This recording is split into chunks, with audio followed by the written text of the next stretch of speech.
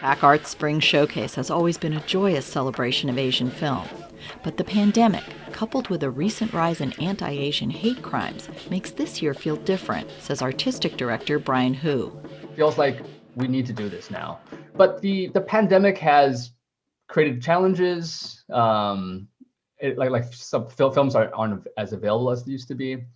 And then, of course, the anti-Asian attacks that have been very visible remind us that perhaps we need to be thinking about our visibility as a film festival as a way to combat the dehumanizing images that we often see, or just to show, especially to other Asian Americans, that there's plenty that we can still be joyous about. That's why Hu created the program Songs Our Elders Taught Me. These are films that focus on older Asian American characters. Hu challenged himself to find films that have never been available streaming, like Cosmopolitan and The Wash. One of our films, The Wash, it was never released on DVD, but the filmmaker reminded me that there was a Laserdisc of it. So if we could track that down, he let us show it. And so we tracked it down, and we tracked down the equipment necessary to capture it digitally. In another sidebar called Sovereign Cinema, the focus is on documentaries about Hawaii. I discovered that there is a film collective that's been around for decades called Namaka Okaena, and they've been making like the most incisive, committed political documentaries that I've seen kind of anywhere in the world.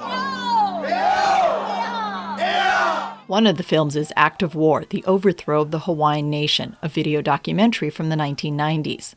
The technology may feel dated, but the documentary is packed with information.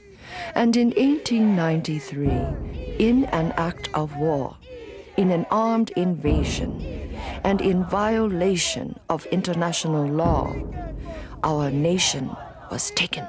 It's so dense with information. It changes your entire perspective on Hawaii's notion of sovereignty. Canefire is a new documentary that cleverly uses Hollywood movies like Blue Hawaii with Elvis Presley This is the moment to show what has colored our perspective on the islands. I've waited for. The culture has been appropriated. Hollywood films are all very, quote unquote, respectful to the Hawaiian culture. It's very much about the music and the costumes. But what good does that do for somebody in Hawaii who is seeing all of their natural resources and their land being increasingly bought up and turned into property through the very same kinds of institutional mechanisms that are creating these kinds of respectable images? Hu has also programmed a wonderful film from Iran's Majid Majidi called Sun Children, which looks to street kids. But he has the spin on it, which is a heist film. It's still grounded in realism, but it has this jolt of energy of are they going to find the treasure that makes us really stand out, not just in Iranian cinema, but for Asian cinema more broadly. And since he mentioned jolts of energy, that's my cue to highlight my favorite part of the festival, Mystery Kung Fu Theater.